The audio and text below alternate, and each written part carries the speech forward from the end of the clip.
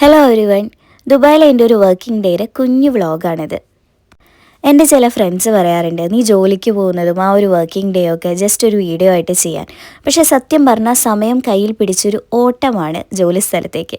അത് കാരണം അതൊന്നും എനിക്ക് വീഡിയോ എടുക്കാനൊന്നും സമയം കിട്ടാറില്ല. ഒരു 20 മിനിറ്റ്സ് വാക്കബിൾ ഡിസ്റ്റൻസ് എൻ്റെ ബസ് സ്റ്റോപ്പിലേക്ക്, ഞാൻ സ്റ്റേ ചെയ്യുന്ന സ്ഥലത്ത് നിന്ന്. അൽനാദ ഷാർജയാണ് ഞാൻ സ്റ്റേ ചെയ്യുന്നത്. ദുബായ് സൈഡിലേക്ക് കടന്നിട്ട് വേണം നമുക്ക് ബസ് കയറാനായിട്ട്. ഇവിടെ നിന്ന് സ്റ്റേഡിയം മെട്രോ സ്റ്റേഷനിലേക്കാണ് എൻ്റെ പോക്ക്. പക്ഷേ ആ എത്തുന്ന സമയം എന്ന് പറയുന്നത് ട്രാഫിക്കിനെ ഡിപ്പെൻഡ് ചെയ്തിരിക്കും.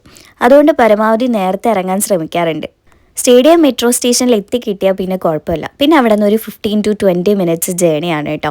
ഇതാ നമ്മുടെ മെട്രോ വന്നു. മെട്രോയിലെ രാവിലെയുള്ള തിരക്ക് ഊഹിക്കാവുന്നതല്ലേ ഉള്ളൂ. ആ തിരക്കിൽ നിന്ന് ഒരുവിധം കഷ്ടപ്പെട്ട് പുറത്തിറങ്ങി ഇതാ ഇനി ഞാൻ വീണ്ടും നടക്കുകയാണ്. ഇതെൻ്റെ ഓഫീസിലേക്കുള്ള വഴിയാണ് കേട്ടോ. ബനിയ സ്ക്വയർ മെട്രോ സ്റ്റേഷനിലാണ് ഞാൻ ഇറങ്ങിയത്.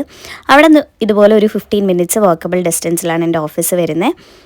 നല്ല ചൂടുള്ള സമയത്ത് തണൽ മരങ്ങളൊക്കെയുള്ള ഈ ഒരു ഫുട്പാത്ത് ഭയങ്കര ആശ്വാസമാണ് കേട്ടോ. ഇതാണ് എൻ്റെ ഓഫീസ് ബിൽഡിങ്. ഒരു വർക്കിംഗ് വുമൺ ആയിരിക്കുക, ഫിനാൻഷ്യലി ഇൻഡിപെൻഡൻ്റ് ആയിരിക്കുക എന്നുള്ളത് ഒരുവിധം എല്ലാ പെൺകുട്ടികളുടെ ആഗ്രഹമാണല്ലേ. അതുകൊണ്ട് തന്നെ കിട്ടിയ ജോലിക്ക് എപ്പോഴും ഞാൻ ദൈവത്തോട് നന്ദി പറയാറുണ്ട്. ഇതാണ് കേട്ടോ എൻ്റെ ഓഫീസ്. ഇവിടെയാണ് ഞാനിരിക്കുന്ന സ്പേസ്. ഞാനിവിടെ അക്കൗണ്ടൻ്റ് ആയിട്ടാണ് വർക്ക് ചെയ്യുന്നത്.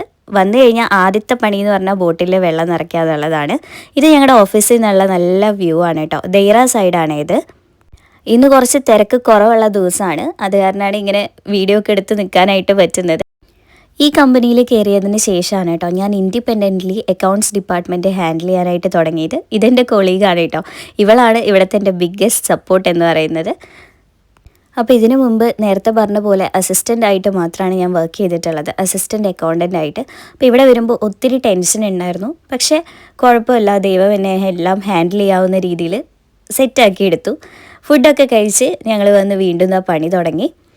ഈവനിങ് ആയ ഒരു കട്ടൻ ചായ എനിക്ക് മസ്റ്റാണ് കേട്ടോ. അങ്ങനെ ഇതാ സമയം ഏതാണ്ട് 6 മണി ആവാറായി. ഞങ്ങൾ പണിയൊക്കെ ഇതാ അവസാനിപ്പിച്ച് ഞങ്ങളിതാ തിരിച്ച് വീട്ടിലോട്ടുള്ള യാത്രയാണ്. അപ്പോൾ ഇത്രയൊക്കെ ഉള്ളൂ എൻ്റെ വർക്കിംഗ് ഡേ എന്ന് പറയുന്നത്. അപ്പോൾ വീഡിയോ ഇഷ്ടപ്പെട്ടിട്ടുണ്ടെങ്കിൽ തീർച്ചയായിട്ടും സപ്പോർട്ട് ചെയ്യണേ.